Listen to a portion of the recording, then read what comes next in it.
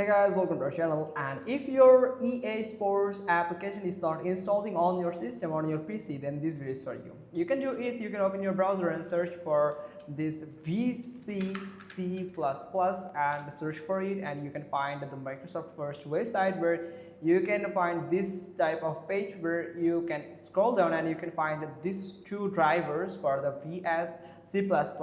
So you can, I prefer you to download this both driver from here. So I'm going to download the both of them here.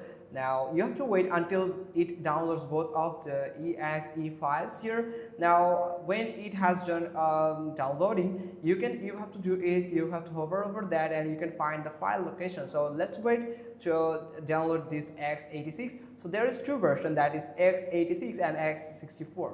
So you have to do is after downloading this two of them, now simply click on file, so it will show you the file location where you can find both of them, like x64 and x86. Now you have to do is you have to double click on x64 first and simply click on this box here and install it. Now simply give the permission yes and wait until it initialize the setup.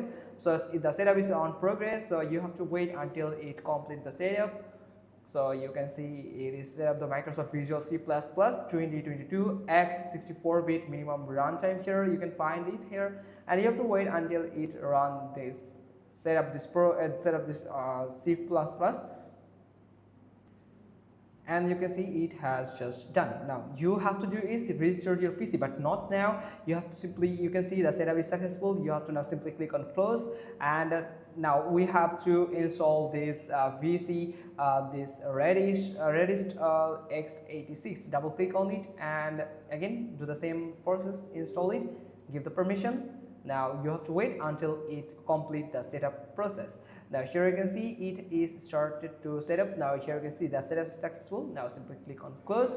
Now you have to do is simply click on this window buttons here and simply restart your PC. Simply click on restart, and after a simple restart your PC will be get a refresh files, and it will added the setup for a x64 Visual Code C++ x64 and x86. And now you can try to install your EA Sports gaming games or any type of apps and see if it's working. So that's pretty much all thing. Hope you found this video helpful. If so, then give us a thumbs up. Don't forget to subscribe our channel, and thanks for watching. Till next time.